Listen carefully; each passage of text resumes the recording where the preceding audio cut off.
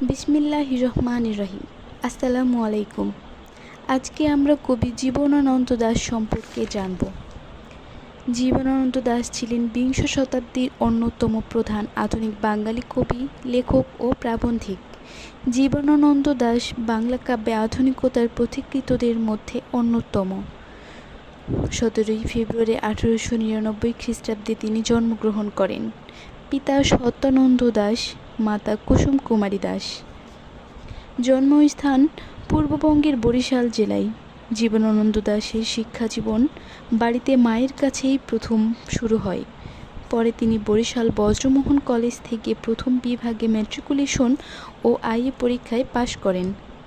তারপর তিনি চলে আসেন কলকাতায়। 1919 খ্রিস্টাব্দে প্রেসিডেন্সি কলেজ থেকে তিনি ইংরেজিতে অনার্স নিয়ে বিএ পাশ করেন।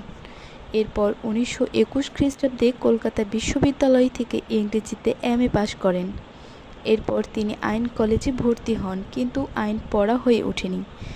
জীবনানন্দ দাশের প্রথম কাব্যগ্রন্থ ঝরা পালক। পরে একে একে প্রকাশিত হয় ধূসর পাণ্ডুলিপি, সাতটি তারার তিমির, রূপসী বাংলা, মহাপৃথিবী, বেলা অবেলা, কালবেলা ইত্যাদি।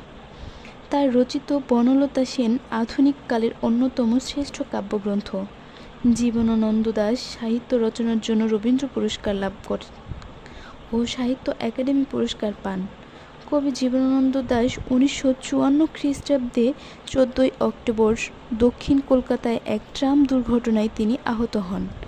22 অক্টোবর তিনি মৃত্যুবরণ করেন। ধন্যবাদ।